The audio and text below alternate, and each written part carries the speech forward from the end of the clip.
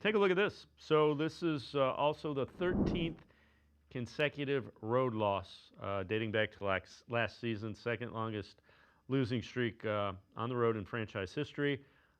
25 straight from 2015 to 2018. So that's that 1 in 31 era that we talk about. And um, again, Pete, it's bad right now. Again, what do you make sure you're going to something better and that there's at least a cohesive plan on how to get better? That's my only thing.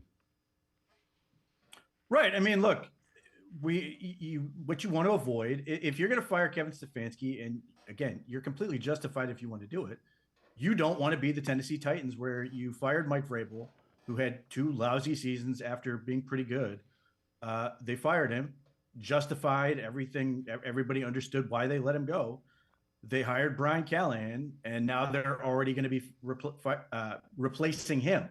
Meanwhile, Mike Vrabel is now with the New England Patriots. He's got a great quarterback in Drake May, and they're one of the best teams in the league, and Drake May is in the MVP conversation. So that is the risk you run. Or the Cincinnati Bengals sort of ran Lou Anarumo out of town as the defensive coordinator, and their defense is now worse for it. And they're wishing they had him back. Meanwhile, he's doing really well with the Indianapolis Colts.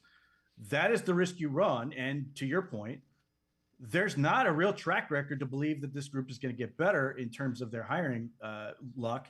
And then the other part you have to consider, and it's not to say that this job is bad necessarily. It's just that what tends to happen with the Browns is that other jobs open up and they tend to look better.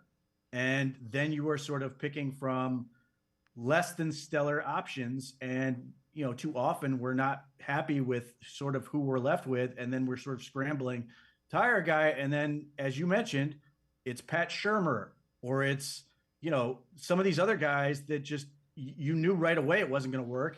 I remember even the fanfare with Hugh Jackson, who couldn't coach. Oh, yeah. So I completely understand why anybody's sitting there going, man, we cannot keep doing this with Kevin Stefanski. And it's bad right now.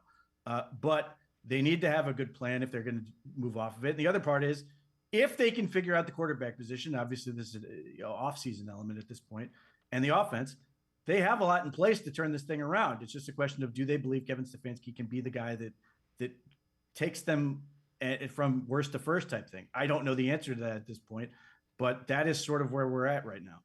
So relative to the caller mentioning second best quarterback, the thought was they had the second pick.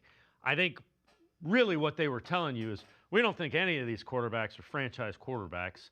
We're better off filling other needs